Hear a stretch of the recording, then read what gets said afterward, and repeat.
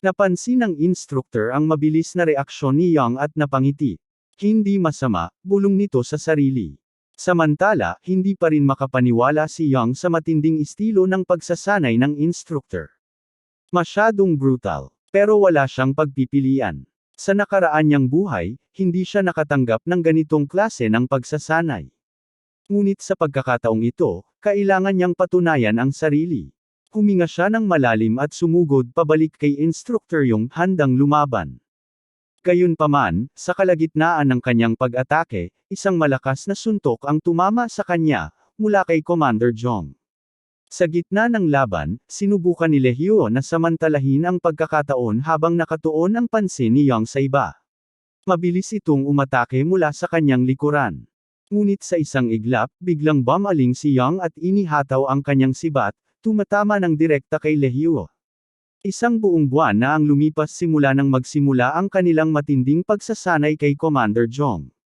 Napabuntong hininga si Yang habang bumabangon mula sa lupa, ramdam ang sakit sa kanyang katawan. Pakiramdam ko parang nababali na ang mga buto ko, sabi niya, pilit nang iningitian ang sitwasyon. Hindi ito ang klase ng pagsasanay na dapat pinagdadaanan ng isang 10 taong gulang, pero wala akong reklamo. Unti-unti na akong nasasanay. Samantala, si Lee Ha na nawalan ng malay kanina ay unti-unting nagkamalay. Agad siyang napatingin kay Yang. Anong nangyari? Tanong niya. Napangiti si Yang. Hinatay ka na naman ng katawan mo. Ikaw na yata ang record holder, 20 beses ka nang nawala ng malay. Ako, 16 pa lang. Sa sandaling iyon, nagsalita si Commander Jong. Kahanga-hanga ang katawan mo, Lee Ha.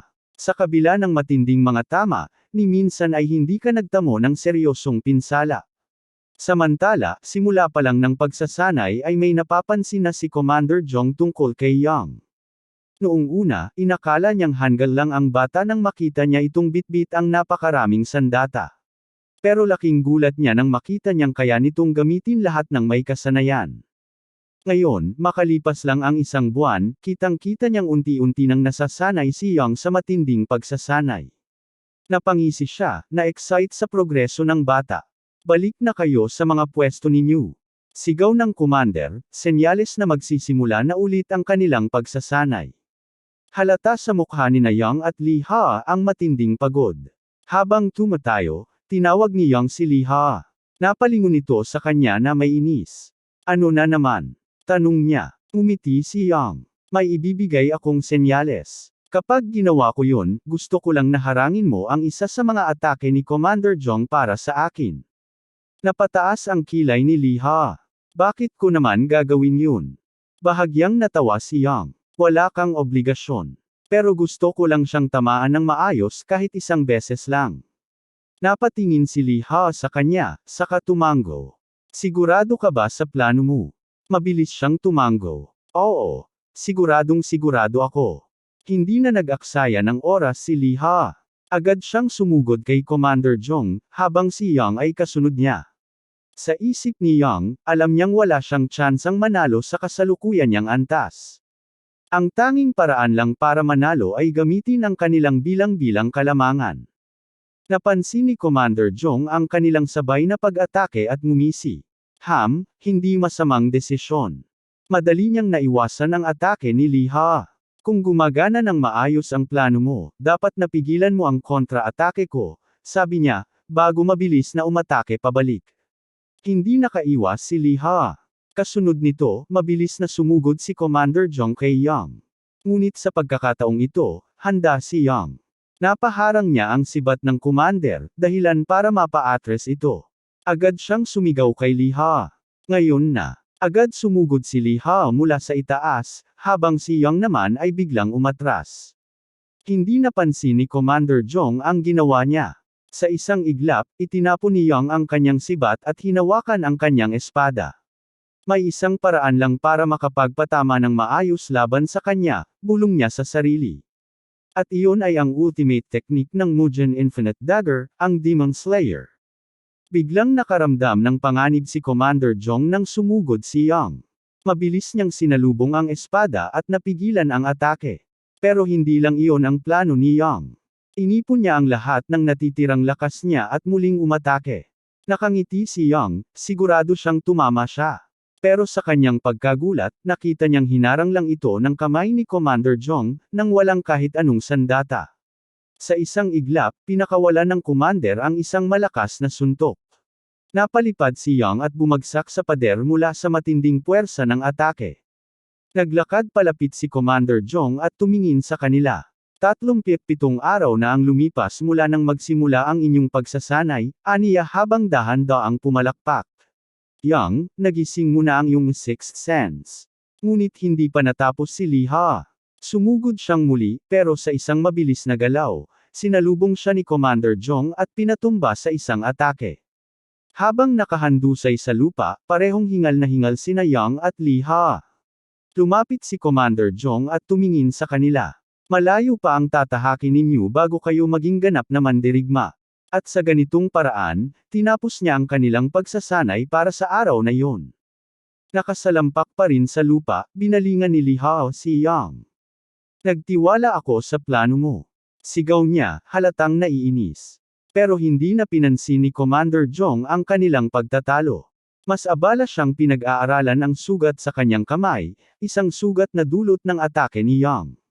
Napabuntong hininga siya. Ginamit ko ang aking mana, pero nasaktan pa rin ako ng isang bata. Kahit kaunti lang ang ginamit niyang enerhiya, ang simpleng katotohanang kinailangan niyang gamitin ito ay isang paglabag sa sarili niyang panuntunan.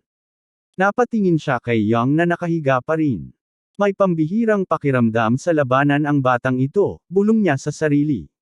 Alam niya kung kailan dapat umatras at kung kailan dapat sumugod. Isa siyang mandirigmang isinilang para lumaban. Napangiti si Commander Jong. Sa hinaharap, katatakutan siya ng mga nakatatanda sa pamilya. Sa ika-47 na araw, nagising si Li Ha sa kanyang 6 na pandama. Matapos nito, matagumpay nilang natapos ang pagsasanay sa ilalim ni Commander Jong. Ginamit ni Yang ang nalalabing araw upang magpahinga at balikan ang lahat ng kanyang natutunan. Ngunit ang kanyang katahimikan ay hindi nagtagal sapagkat dumating ang kanyang nakatatandang kapatid na si Mung. Si Mung ang panganay na anak ni Li Tain at kilala bilang isa sa kambal na bituin, dahil sa kanyang pambihirang kakayahan bilang isang dalawang bituing mago at isang mandirigma na may parehong ranggo. Dahil dito, siya ay hinahangaan at kinatatakutan ng marami. Ngunit para kay Yang, si Mung ay hindi lang isang alamat, siya ang nag-iisa niyang kapatid. Naupo silang dalawa upang mag-usap.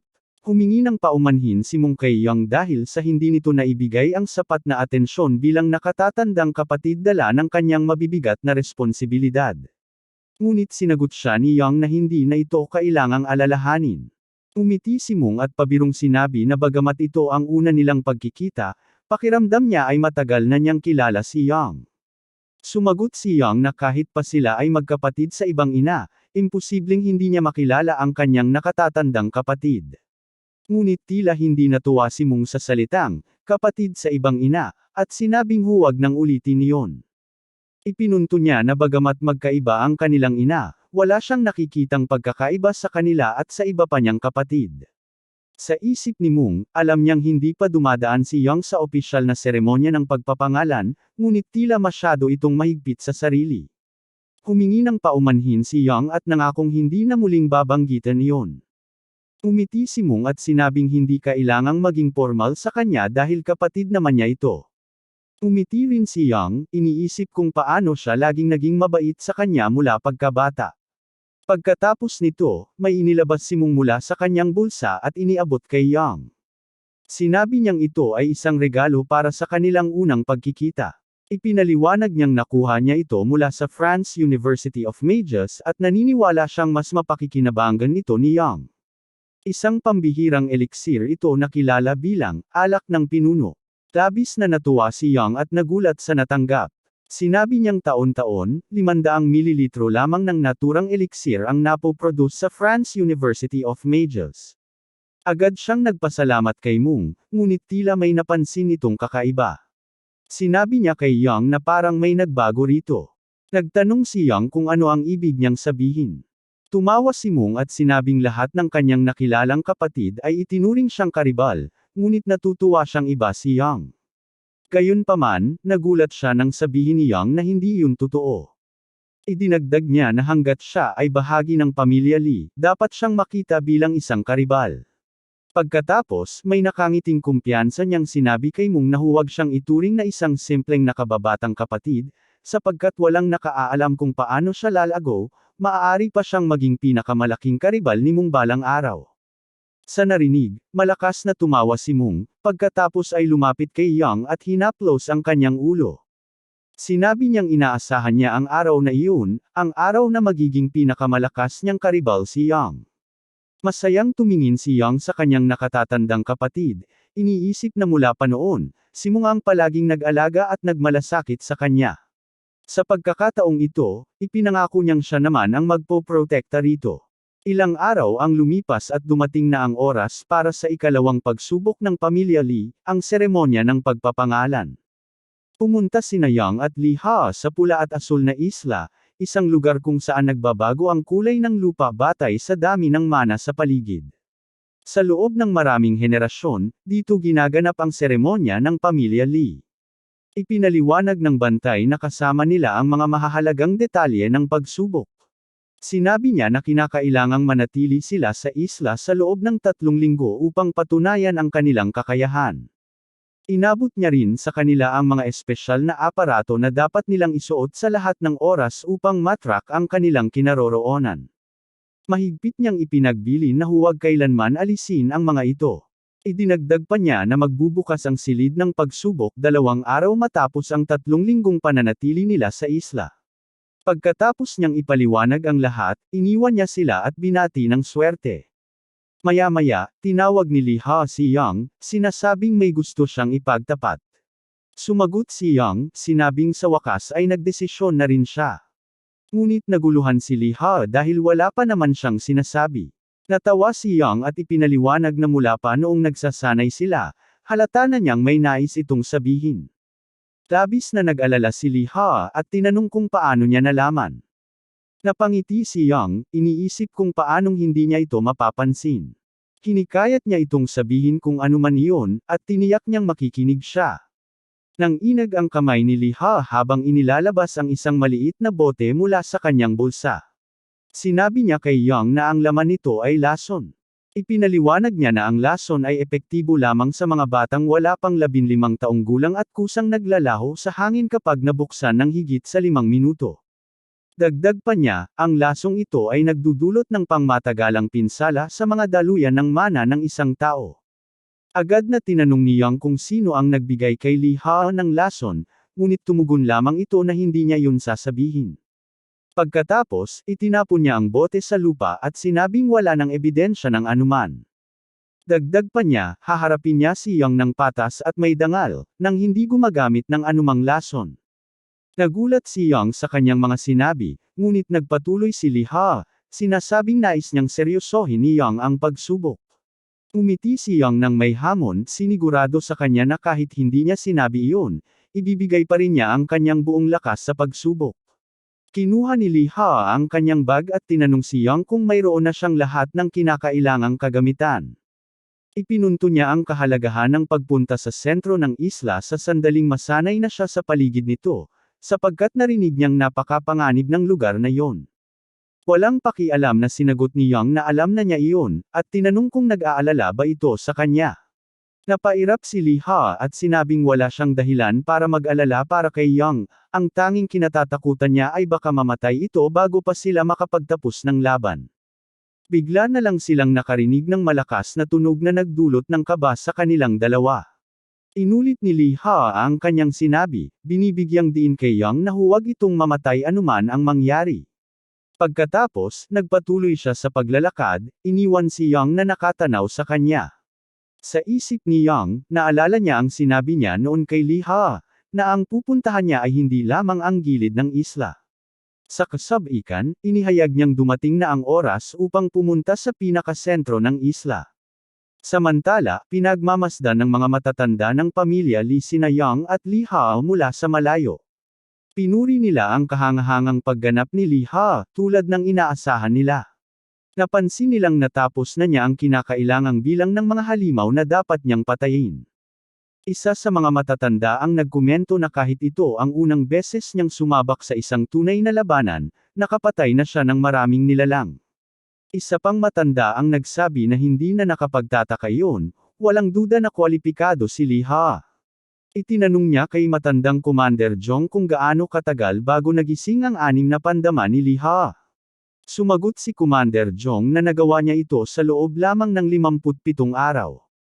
Nagulat ang matanda, sapagkat inaasahan nilang aabutin ito ng 2 buwan. Ngunit sa kabila ng kanyang pagtataka, inamin niyang taglay ni Lee Ha ang pambihirang talento. Alam din niya na may isang taong tumulong upang mapabilis ang kanyang pag-unlad, at walang iba iyon kundi si Yang, ang ika-9 na anak. Pagkatapos, itinanong ng matanda ang kasalukuyang kalagayan ni Yang.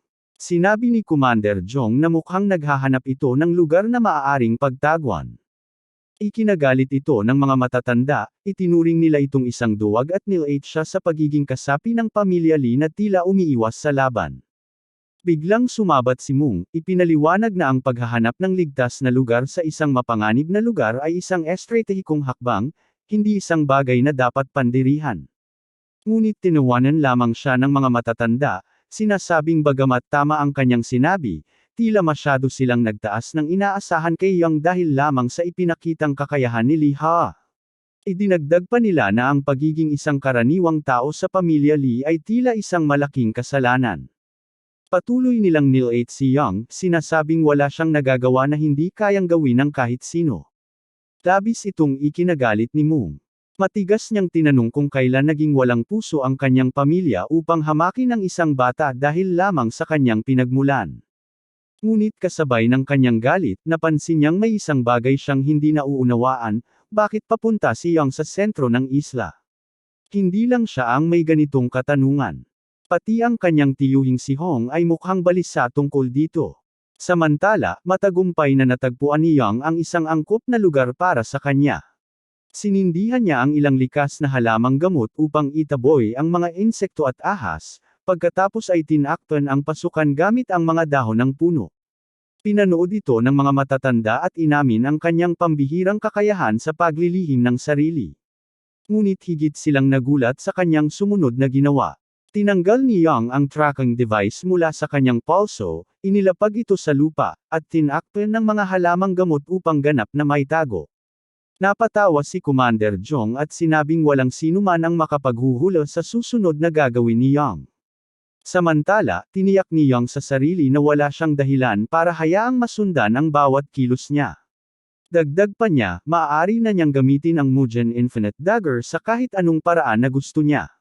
Dahil nasa isla siya ngayon, kailangan niyang mag-ipon ng maraming mapapakinabangan. Sa isiping iyon, agad siyang kumilos ng may kasabikan. Matapos makalakam ng malaking dami ng halamang gamot at lutuin ang mga ito, napangiwi siya sa inis. Napakapangit talaga ng lasa ng mga halamang ligaw, usual niya. Kahit sino raw ang makakita sa mga ito ay akalin lang na isa itong sabaw na hinaluan ng mahiwagang halamang gamot. Habang nakatitig sa pagkain niya, bumalik sa isipan niya ang mga alaala ng nakaraan, mga panahong wala siyang sapat na pera para makabili man lang ng murang elixir. Dahil dito, napilitan siyang sumunod sa mga mangangalap ng halamang gamot at mga parmasyutiko upang maghanap ng mga halamang may mahika. Naalala niya ang sinabi ng tiyahin niyang si Lee Kyung noon, ang islang ito ay puno ng mahika, kaya dapat niyang samantalahin ang pagkakataong ito upang palakasin ang sarili gamit ang mga mahiwagang pamamaraan. Ipinaliwanag nito na ang paghahanda ng sabaw mula sa mga mahiwagang halamang gamot ay makapagpapalakas ng kanyang kapangyarihan. Kaya naman, nagpasya siyang subukan ito mismo. Matapos niyang maubos ang buong mangkok ng sabaw, pakiramdam niya ay mamamatay siya sa tindi ng lasa nito. Pero matibay ang kanyang paninindigan, ito pa lang ang simula ng isang matinding laban na tatagal ng 3 linggo.